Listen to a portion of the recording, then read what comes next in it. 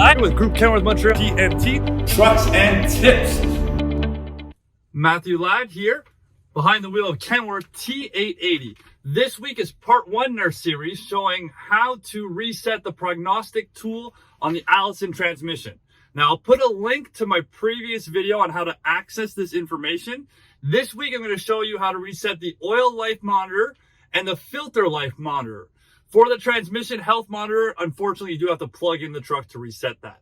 Now, the point of this video is to be able to reset these codes, reset the little wrench in the transmission if you went to the dealer and they forgot to reset it for you. So the point, I'm trying to save you guys a trip back to the dealer. Always be responsible. Always look at your transmission health codes and read them carefully because transmissions, they ain't cheap. Hi, Mom. We're going to go take a look at how to reset the oil life monitor on the Allison Transmission right now. So the first step is turning the key to on, but do not start the truck.